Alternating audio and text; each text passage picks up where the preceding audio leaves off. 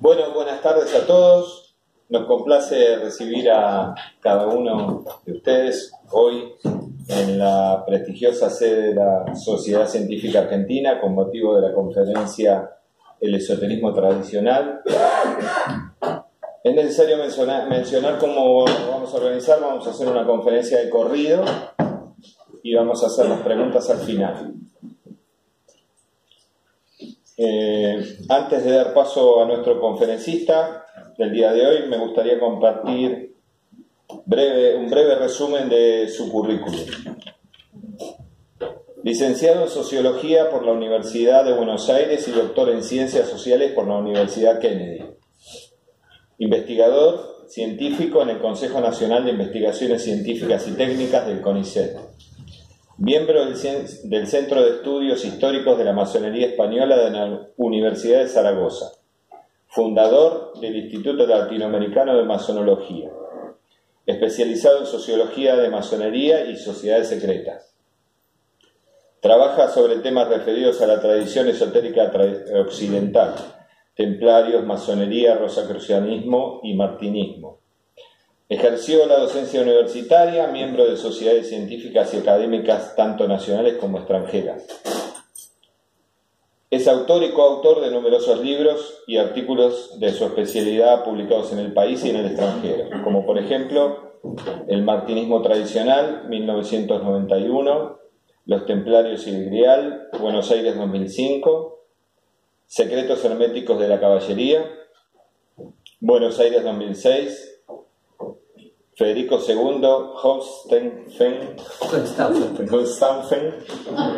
que sí es difícil, y su tiempo, Grupo de Investigación Xvidia, Fundación Los Cedros, 1995. La masonería en la Fundación de la Ciudad de La Plata.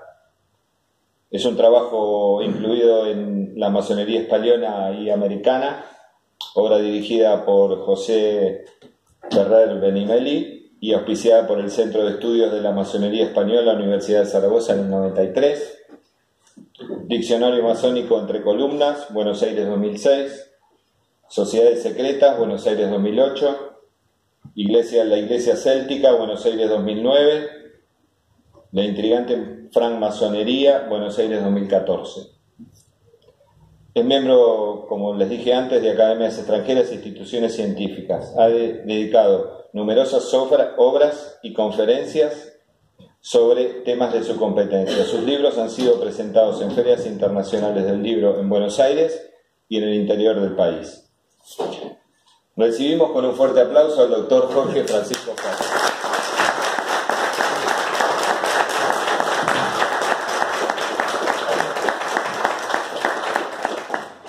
Bueno, buenas tardes a todos. Muchas gracias por el aplauso. Muchas gracias al presentador. Quisiera agradecer a la Sociedad Científica Argentina por el ámbito que nos otorga para desarrollar estos temas que nos convocan en la tarde de hoy. Así que, sin más, vamos a comenzar a desarrollar el tema de la tarde, que es el esoterismo tradicional.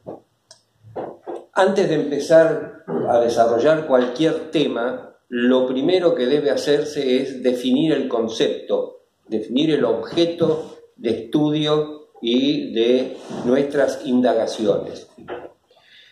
En este sentido, tenemos que hacer una tarea primero de quitar del medio una serie de errores y vulgarizaciones que afectan la comprensión de nuestro objeto de estudio.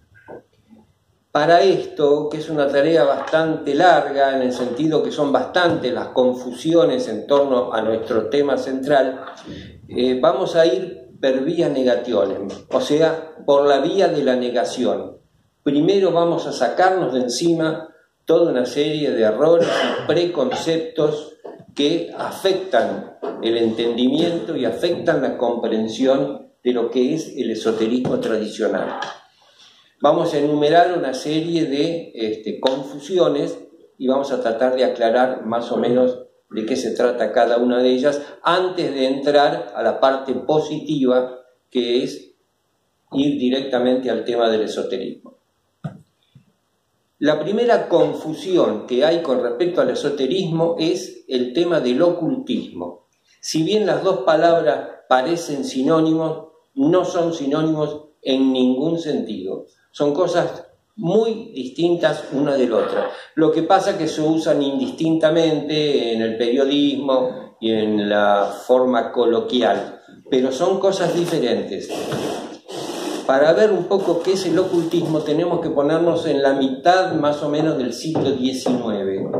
En la mitad del siglo XIX, el avance de la ciencia empírica, el avance de, digamos, la ciencia analítica, con el desarrollo, digamos, de sus nuevos instrumentos, desde el telescopio al microscopio, etcétera, etcétera, etcétera, más una serie de teorías filosóficas, políticas y económicas que estaban de moda y que eran un poco los que llevaban la voz cantante en Europa, se produjo una oleada de materialismo. O sea, las doctrinas, las teorías materialistas eran las que llevaban la voz cantante en política, en filosofía, en literatura, en psicología y en la ciencia también.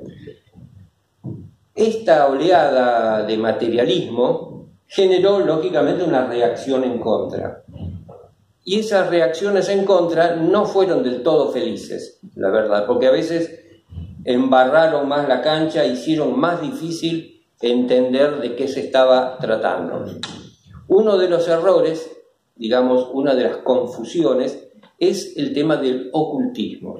El ocultismo redescubre en el siglo XIX lo que antes se llamaban las ciencias ocultas, o que se denominaron ciencias ocultas. En definitiva, el ocultismo, ¿qué pretendía?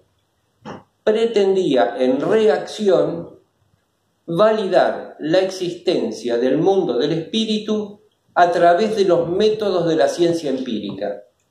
O sea, que de alguna manera querían pesar, medir, ver la extensión del mundo de los espíritus con los métodos y las reglas de la ciencia empírica, lo cual es un contrasentido casi.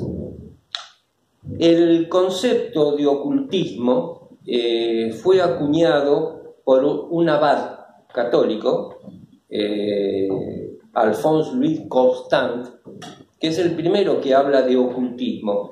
Este abad católico es mucho más conocido por su seudónimo, Eliphas Levi. El famoso Eliphas Levi del tratado El dogma y ritual de la alta magia y demás, era un abad muy particular, un abad que había participado en la Comuna de París en 1870 aproximadamente, las revoluciones de 1848 en adelante, era socialista, o sea, era un personaje bastante atípico, por así decirlo. Entonces, el ocultismo no es el esoterismo, es un fenómeno aparte decimonónico del siglo XIX.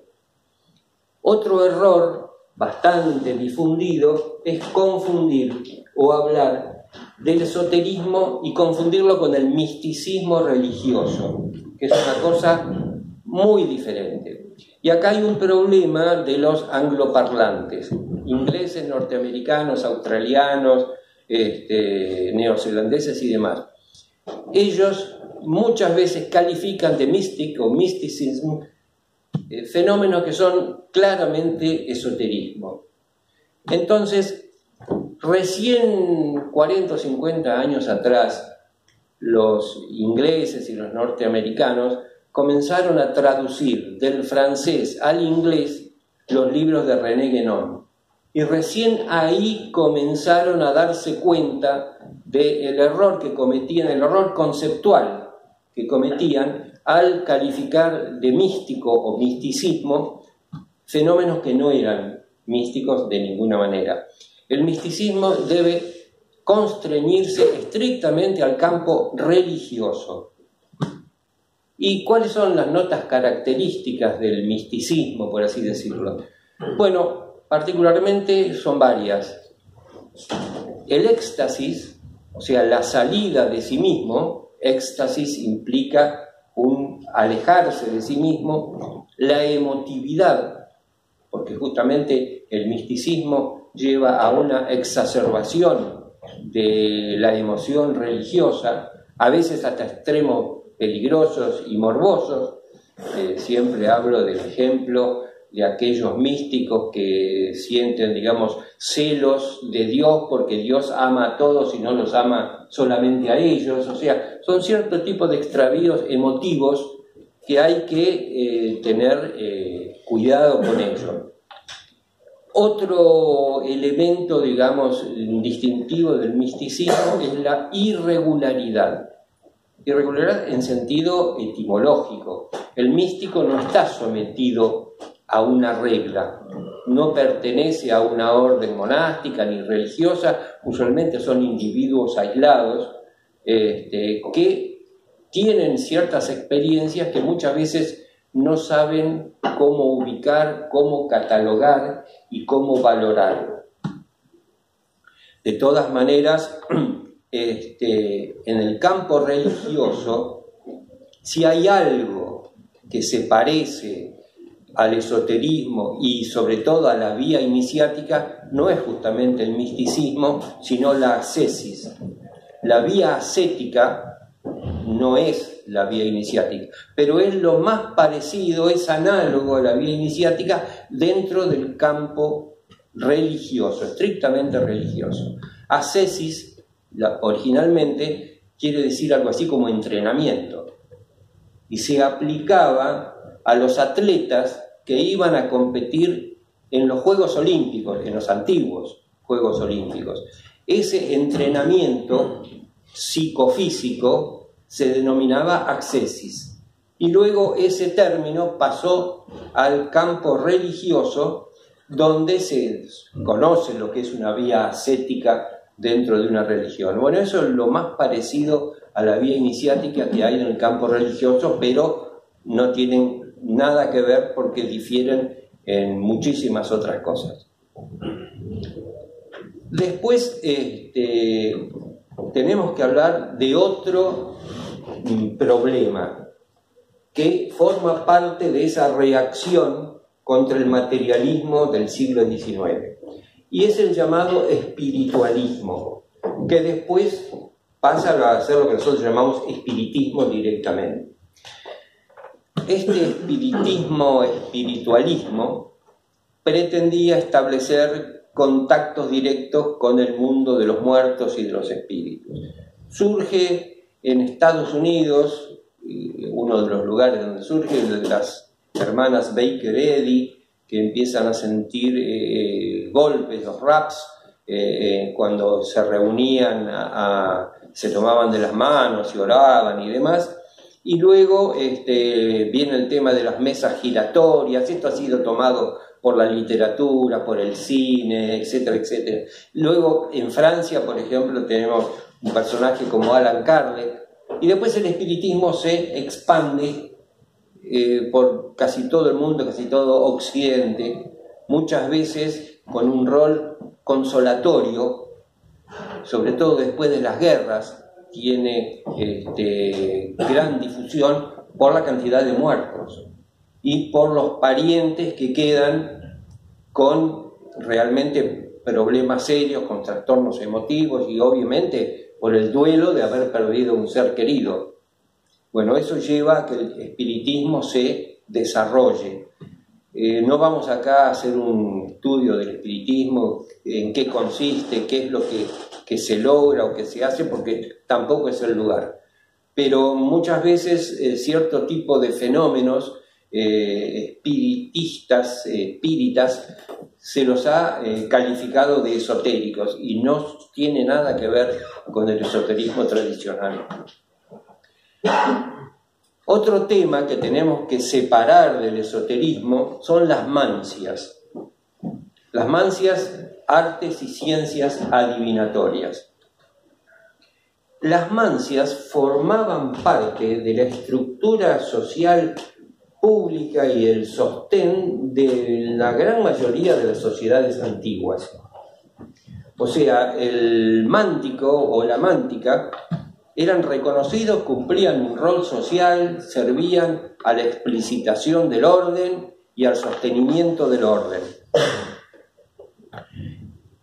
Más en la antigüedad que en la modernidad. Obviamente las mancias corresponden al dominio cosmológico. Casi todas las mancias se refieren al mundo de la physis, a la natura. No tienen relación, digamos, en general con el mundo divino, por así decirlo, el mundo de los dioses. Eran cuestiones del universo, del cosmos. Así vemos, por ejemplo, que en la sociedad céltica los vates, junto con los bardos y con los druidas, formaban parte de la estructura social de la sociedad céltica. Igual que los augures de Roma, los augures romanos, estaban firmemente entroncados en la sociedad romana. También en Roma se pasaron a Roma los vates, donde en Roma, desde la colina vaticana, los vates vaticinaban y los augures auguraban e inauguraban. Los augures, un detalle también interesante de notar, estaban bastante relacionados con las guildas y con los gremios de constructores. ¿Por qué? Porque particularmente la fundación de las ciudades romanas requerían todo un conocimiento técnico y una serie de ritos muy determinados que solamente había algunas pocas personas calificados para realizarlo. El plano o el planteo de una ciudad o un edificio romano, lo primero que se hacía era trazar dos ejes, el eje norte-sur y el eje este-oeste, el cardo y el decumanos. En las dos puntas del cardo se sentaban los cardinales, que después toma la Iglesia Católica, de ahí viene, eran ediles que se sentaban en la punta del eje del cardo. Bien, una vez que se determinaban estos dos ejes, por los ediles, digamos, se tomaba un arado uncido con un buey blanco y se determinaba el perímetro con 3 zanjas, una al lado de la otra, encuadrando estos dos ejes. Y ahí los augures declaraban como mundus todo lo que estaba dentro del período, ¿cómo se llama? De ese tipo de perímetro. Y denominaban inmundus todo lo que estaba afuera. De ahí viene lo que es inmundo, o sea que no está dentro del orden. Los augures también definían lo que eran los días fastos y los días nefastos, yendo a ver a una especie de calificación del tiempo, o sea, un tiempo maligno y un tiempo benigno. O sea, todo esto era necesario para el funcionamiento de las sociedades antiguas. Y realmente el tema de las mancias nos extendemos un poquito porque siempre ha tenido, digamos, un rol preponderante en la antigüedad. Los oráculos más famosos eran obviamente el de Delfos y la Sibila de Cumas, eso es el pasado.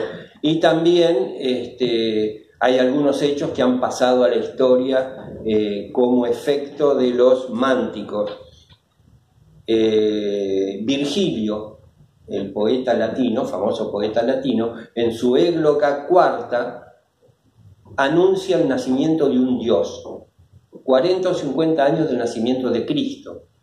Posteriormente, los estudiosos cristianos se dan cuenta de esto. Entonces, a partir de ese momento, Virgilio pasa a ser como una especie de profeta precristiano por haber anunciado el nacimiento de un dios. Lo que pasa que Virgilio, aparte de ser un gran poeta, era astrólogo. Y aparte de ser astrólogo, era taumaturgo, como lo eran casi todos los filósofos y los escritores de la antigüedad, cosa que una concepción de la ciencia aséptica lo esconde y no lo dice. Isaac Newton era alquimista, y nadie lo dice y nadie lo sabe, porque son ciertas cosas que no conviene que trasciendan demasiado. Tenemos también el caso de la advertencia que le hicieron a Julio César acerca de los idus de marzo. Cuídate de los idus de marzo. Y en los idus de marzo fue apuñalado en las escalinatas del Senado. Las mancias no son el esoterismo. Son ciencias auxiliares y son procedimientos, muchos de ellos ya perdidos en el tiempo. Ya nadie se fija en el vuelo de los pájaros y en las entrañas de las aves para hacer presagios, pero en las sociedades antiguas tenían un gran rol. Y digamos que ese halo de misterio ha hecho que haya una especie de homologación y adjudicación al esoterismo. Algo parecido pasa con la magia. La magia y el manejo de las fuerzas sutiles de la naturaleza. La magia corresponde también al ámbito cosmológico, a la physis, a la natura. No tiene que ver con el mundo divino, de los dioses y la trascendencia. Son ciencias que se llamaron después tardíamente ciencias ocultas, pero que en realidad se deberían llamar específicamente ciencias herméticas. Herméticas porque corresponden al dominio del dios Hermes, el Trismegisto. En realidad, Hermes Trismegisto, el dios griego, proviene del panteón egipcio. El dios Tot y sus enseñanzas pasa a Grecia como Hermes y pasa a Roma como Mercurio. En este sentido, se debería hablar específicamente como ciencias herméticas, y que son tres: astrología, alquimia y magia. Y con respecto al tema de la magia vamos a hacer algunas pequeñas caracterizaciones. En el trasfondo o en la explicación, digamos, de lo que es la magia está la cuestión de las correspondencias entre los tres mundos. El sol tiene correspondencia con el oro, el fuego con el hombre, el agua con la mujer. O sea, se advertía en la mentalidad antigua una serie de correspondencias entre lo que está arriba como lo que está abajo, como dice la tabla esmeralda. Lo que está arriba es como lo que está abajo, lo que está abajo es como lo que está arriba. Y esta cuestión de las correspondencias lleva a lo que se llama la magia simpática, o sea, la magia que actúa por simpatía. Los que saben algo de música saben lo que son los armónicos. Los armónicos es cuando uno toca una nota, otras notas en octavas empiezan a sonar solas, sin que nadie las toque.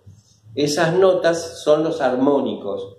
Y los armónicos justamente es una especie de expresión o manifestación de cómo sería el actuar de la magia, en el sentido que haciendo vibrar cierto nivel de la realidad se hace vibrar hacia arriba y hacia abajo, en las octavas superiores e inferiores. Bien, la verdad es que, bueno, después viene el tema de las aplicaciones de la magia, la blanca y la negra, la goesia, o sea, la magia negra y la brujería, son las aplicaciones, pero es independiente de la teoría de las correspondencias. La muñequita de vudú también actúa, digamos, por vibración armónica, si se quisiera dar una explicación. Y digamos que desde que el laboratorio se comprobó empíricamente que una misma partícula puede estar en dos lugares al mismo tiempo, esto ya nos lleva a que fenómenos que muchas veces fueron llamados como superchería, fanatismo, fábula y demás, como la bilocación, la levitación, etcétera, etcétera, etcétera, y todo es posible, porque las modernas teorías cuánticas, entre las cuales ese experimento es uno de ellos, nos lleva a este tipo de consideraciones fuera de la física clásica. Entonces, bueno, la magia, junto con la astrología y con la alquimia, son tres ciencias que usualmente funcionan juntas. Y como era antes, usualmente no había una división analítica entre todas las ciencias. El que era arquitecto era poeta, era pintor, era escultor y era médico. Se manejaban los principios de todas estas ciencias que luego fueron cobrando independencia. Con respecto a estas tres ciencias pasa lo mismo. Vamos a hacer un pequeño apunte acerca de lo que muchas veces se habla de los poderes psíquicos. La búsqueda de los poderes psíquicos es justamente una especie de descalificación en la vía iniciática. Y si en el desarrollo de la vía iniciática, del esoterismo, aparecen algunos poderes psíquicos, digamos, explícitamente deben ser rechazados. O sea, no deben utilizarse porque son, de alguna manera, una concesión a la egolatría del individuo. Y justamente corresponden también a una búsqueda emocional de coacción y control sobre otros.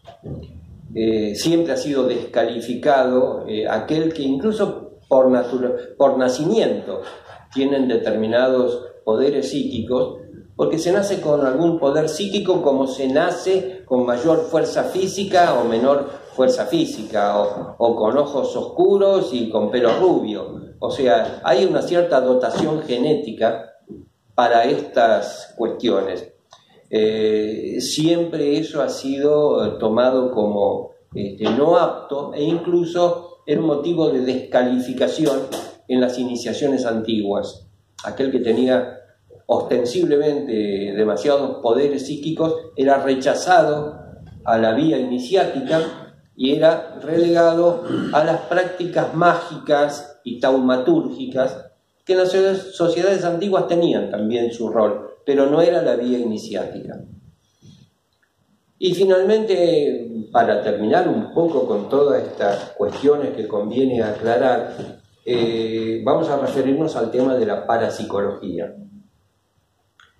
La parapsicología es un concepto paraguas que va desde un extremo de la academia hasta el curanderismo. O sea, hay que tener cuidado con las palabras porque albergan o pueden albergar cosas muy diferentes unas de otras.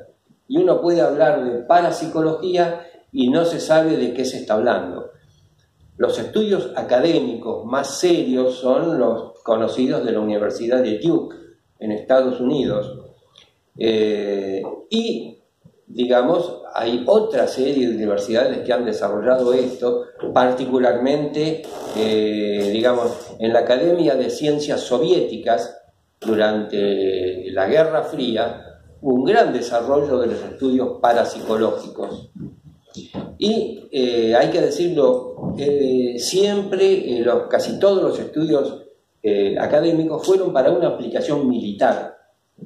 O sea, la parapsicología se desarrolló mucho para la aplicación bélica. Y en la otra punta del concepto de parapsicología tenemos el curanderismo. Unión de pareja, sane su salud, señora, a usted le hicieron un daño y vamos a hacer una limpieza de su casa. Todo está bajo el paraguas de la parapsicología. Entonces tenemos que tener mucho cuidado con lo que nos referimos y qué queremos decir cuando hablamos de parapsicología. Bueno, esta primera parte fue para, digamos, desbrozar un poco el camino. Recordemos el tema del ocultismo, el misticismo religioso, el espiritismo, las mancias, la magia, los poderes y la parapsicología. Todo esto que usualmente se atribuye al esoterismo no es esoterismo.